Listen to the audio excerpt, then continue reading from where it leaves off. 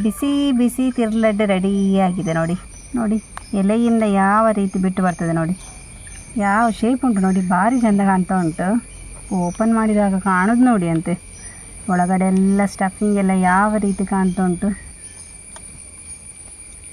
Friends, ನಾನುಂಟಲ್ಲ ಇವತ್ತು ಒಂದು ಹಳೇ ಕಾಲದ ರೆಸಿಪಿ ತಿರ್ಲು, ಅದನ್ನು ಮಾಡಿ ತೋರಿಸ್ತೇನೆ. ಅದನ್ನು ಮಾಡುವಂಥದ್ದು ಈ ಹಲಸಿನ ಮರದ ಎಲೆಯಿಂದ ನೋಡಿ. ಈ ಥರ ಎಲೆಯನ್ನು ಯೂಸ್ ಮಾಡಿಕೊಂಡು ಇವತ್ತಿನ ರೆಸಿಪಿ ಮಾಡೋದು. ತುಂಬಾ ಒಂದು ಹಳೇ ಕಾಲದ ಟ್ರೆಡಿಷನಲ್ ರೆಸಿಪಿ. ಯಾವ ರೀತಿ ಮಾಡೋದು ಅಂತ ಹೇಳಿ ಇವತ್ತಿನ ವಿಡಿಯೋದಲ್ಲಿ ನೋಡುವ. ಯಾರಾದರೂ ನಮ್ಮ ಕರಾವಳಿ ಮಿರರ್ ಚಾನಲ್ನ ಹೊಸಬರು ನೋಡ್ತಾ ಇದ್ದರೆ ಸಬ್ಸ್ಕ್ರೈಬ್ ಮಾಡಿ. ಹಾಗೆಯೇ ಫೇಸ್ಬುಕ್ ಮತ್ತು ಇನ್ಸ್ಟಾಗ್ರಾಮಲ್ಲಿ ಪೇಜ್ ಇದೆ, ಅದನ್ನು ಫಾಲೋ ಮಾಡಿ. ವಿಡಿಯೋ ಸ್ಟಾರ್ಟ್ ಮಾಡುವ. ನಾನು Asha Udupa Kateel. Welcome back to Karavali mirror. ನೋಡಿ, ಹಲಸಿನ ಹಣ್ಣು ಸೋಳೆ ಎಲ್ಲ ಬಿಡಿಸುವ. ಫಸ್ಟಿಗೆ ಬೀಜ ಇದ್ದ ಹಾಗೇನೆ ಹಾಕ್ತಾ ಹೋಗುವ, ಮತ್ತೆ ಅದರದ್ದು ಬೀಜ ತೆಗೆದ್ರೆ ಆಯಿತು. ನೋಡಿ ಎಷ್ಟು ದೊಡ್ಡ ದೊಡ್ಡ ಸೋಳೆ, ಕಲರ್ ಕೂಡ ಕೆಂಪು ಉಂಟು ನೋಡಿ. ಸೋಳೆ ಎಲ್ಲ ಬಿಡಿಸಿ ಆಯಿತು, ಇನ್ನದರ ಬೀಜ ಎಲ್ಲ ತೆಗೆಯುವ. ನೋಡಿ, ಹಲಸಿನ ಸೋಳೆ ಬೀಜ ಎಲ್ಲ ತೆಗೆದು ಬಿಡಿಸಿ ಆಯಿತು. ಇನ್ನಿದನ್ನು ಚಿಕ್ಕದಾಗಿ ಕಟ್ ಮಾಡುವ.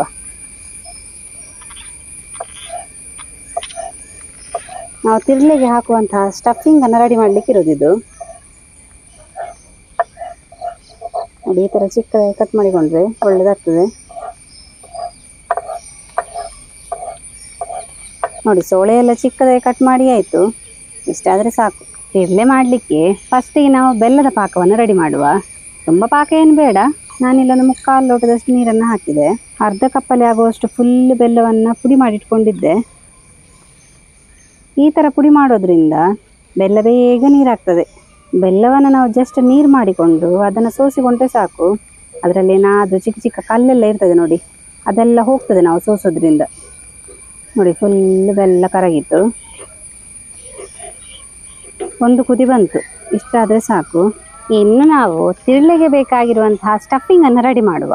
ನಾನಿಲ್ಲಿ 1 ಸ್ಪೂನ್ ಆಗುವಷ್ಟು ತುಪ್ಪವನ್ನು ಹಾಕ್ತಾ ಇದ್ದೇನೆ. ಕಟ್ ಮಾಡಿದ ಹಲಸಿನ ಹಣ್ಣನ್ನು ಹಾಕುವ. ತುಪ್ಪದ ಜೊತೆಗೆ ಚೆನ್ನಾಗಿ ಫ್ರೈ ಮಾಡುವ. ಈ ಹಲಸಿನ ಹಣ್ಣು ಉಂಟಲ್ಲ, ಒಳ್ಳೆ ತುಪ್ಪದ ಪರಿಮಳ ಬರ್ತದೆ ಆವಾಗ. ಸೋಸಿದ ಬೆಲ್ಲದ ನೀರು ಸ್ವಲ್ಪ ಸೇರಿಸುವ. ಹಾಗೆಯೇ ಒಂದು ಅರ್ಧ ಚಮಚ ಏಲಕ್ಕಿ ಪೌಡರ್, ಚಿಟಿಕೆ ಉಪ್ಪು, ಇಷ್ಟನ್ನು ಸೇರಿಸಿ ಒಳ್ಳೆ ಮಿಕ್ಸ್ ಮಾಡುವ. ಸ್ವಲ್ಪ ಬೆಂದ ಕೂಡಲೇ ಇದಕ್ಕೆ ನಾವು ತೆಂಗಿನ ತುರಿಯನ್ನು ಹಾಕುವ. ನೋಡಿ, ನಾನಿಲ್ಲೊಂದು ಅರ್ಧ ಕಪ್ ಆಗುವಷ್ಟು ತೆಂಗಿನ ತುರಿಯನ್ನು ರೆಡಿ ಮಾಡಿಟ್ಟಿದ್ದೆ, ಅದನ್ನು ಇವಾಗ ಹಾಕೊಂಡೆ. ಇದು ಸ್ವಲ್ಪ ಗಟ್ಟಿ ಆಗಬೇಕು.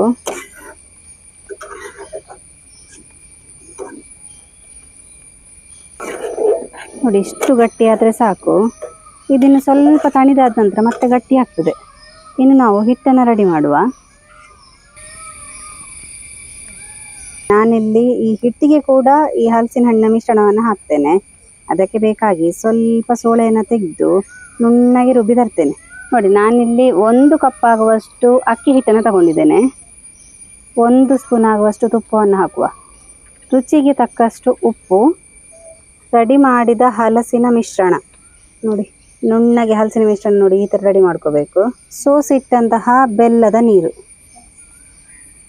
ನೋಡ್ಕೊಂಡು ಮತ್ತೆ ಸೇರಿಸುವ. ಎಲ್ಲವನ್ನು ಮಿಕ್ಸ್ ಮಾಡುವ. ಚಪಾತಿ ಹಿಟ್ಟಿನ ಹದಕ್ಕೆ ನಾವು ಈ ಹಿಟ್ಟನ್ನು ಹದ ಮಾಡುವ. ಸ್ವಲ್ಪ ಬೆಲ್ಲದ ನೀರನ್ನು ಸೇರಿಸುವ. ತಿರ್ಲೆ ಹಿಟ್ಟನ್ನು ಈ ಥರ ರೆಡಿ ಮಾಡ್ಕೋಬೇಕು. ನೋಡಿ, ಎಷ್ಟು ಸ್ಮೂತಾಗಿ ಸಾಫ್ಟ್ ಆಗಿದೆ. ಅಲ್ಲಲ್ಲಿ ನಿಮಗೆ ಈ ಥರ ಹಲಸಿನ ಹಣ್ಣಿದ್ದು ಪೀಸ್ ಕಾಣ್ಬೋದು. ಫುಲ್ಲು ನುಣ್ಣಗೆ ಯಾರಿದ್ರು ಕೂಡ ಆ ಥರ ಸ್ವಲ್ಪ ಸ್ವಲ್ಪ ಚಿಕ್ಕ ಚಿಕ್ಕ ಪೀಸ್ ಕಾಣ್ತದೆ ನಮಗೆ. ನಾವಿನ್ನು ತಿರ್ಲಿಗೆ ಹಲಸಿನ ಎಲೆಯನ್ನು ರೆಡಿ ಮಾಡಿಕೊಳ್ಳುವ. ಅಷ್ಟರ ತನಕ ಇದು ಹಾಗೆ ಇರಲಿ.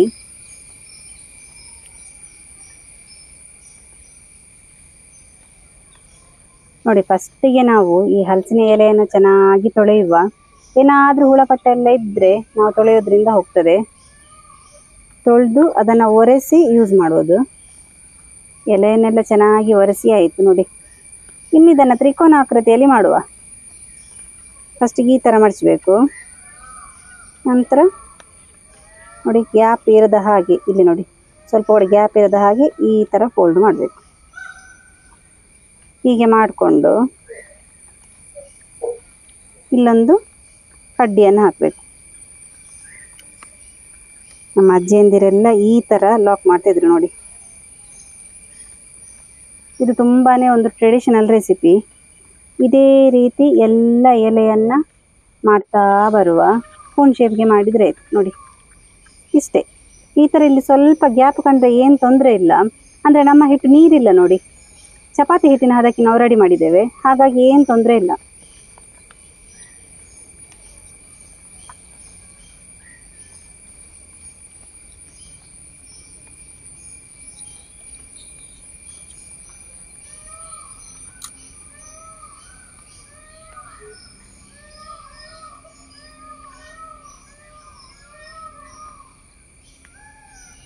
ಇನ್ನಿದೆಲ್ಲ ಸ್ವಲ್ಪ ಸ್ವಲ್ಪ ಹಿಟ್ಟನ್ನು ತೆಗೆದು ಈ ಥರ ಉಂಡೆ ಮಾಡುವ.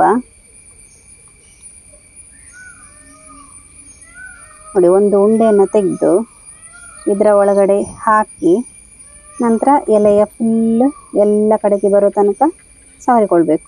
ನಂತರ ಅದರ ಒಳಗೆ ಸ್ಟಫಿಂಗನ್ನು ಹಾಕಬೇಕು. ಎಷ್ಟು ಸ್ಟಫಿಂಗ್ ಅದರೊಳಗೆ ಕೂತ್ಕೊಳ್ತದೋ ಅಷ್ಟನ್ನು ಹಾಕಬೇಕು. ಸ್ವಲ್ಪ ಬೇಕಾದರೆ ಈ ಥರ ಒತ್ತಿಡುವ. ಅದರ ಮೇಲ್ಗಡೆ ಎಕ್ಸ್ಟ್ರಾ ಹಿಟ್ಟನ್ನು ತೆಗೆದು ಈ ಥರ ಲಾಕ್ ಮಾಡುವ. ನೀವು ಈ ಥರ ಮಾಡೋದ್ರಿಂದ ಒಳಗಡೆ ಇರುವಂತಹ ಸ್ಟಫಿಂಗ್ ಹೊರಗಡೆ ಬರುವುದಿಲ್ಲ. ನಮಗೆ ಬೆಂದಾಗ ಉಂಟಲ್ಲ, ತಿನ್ನಲಿಕ್ಕೆ ಭಾರಿ ಚೆಂದ ಇರ್ತದೆ, ಭಾರಿ ರುಚಿ ಇರ್ತದೆ.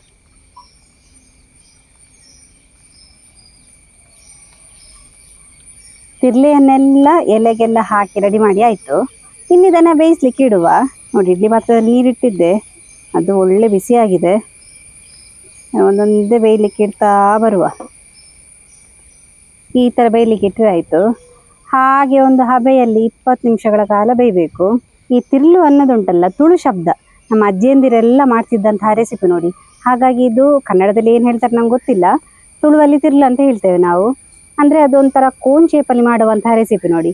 ಹಾಗಾಗಿ ಇದಕ್ಕೆ ಆ ಹೆಸರು ಬಂದಿರೋದು. ಈಗಿನ ಥರ ಏನು ಈ ಲೋಟದಲ್ಲೆಲ್ಲ ನಮ್ಮ ಅಜ್ಜಿಯಂದಿರೆಲ್ಲ ತಿಂಡಿ ಮಾಡ್ತಾ ಇರಲಿಲ್ಲ.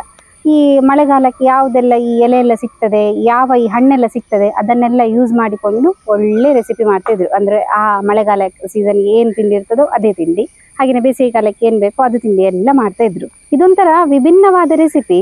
ನೀವೊಂದ್ಸಲ ಮನೆಯಲ್ಲಿ ತಪ್ಪದೆ ಟ್ರೈ ಮಾಡಿ, ತುಂಬಾ ಚೆನ್ನಾಗಿ ಬರ್ತದೆ. ವಾ, ಒಳ್ಳೆ ಬೆಂದಿದೆ ನೋಡಿ.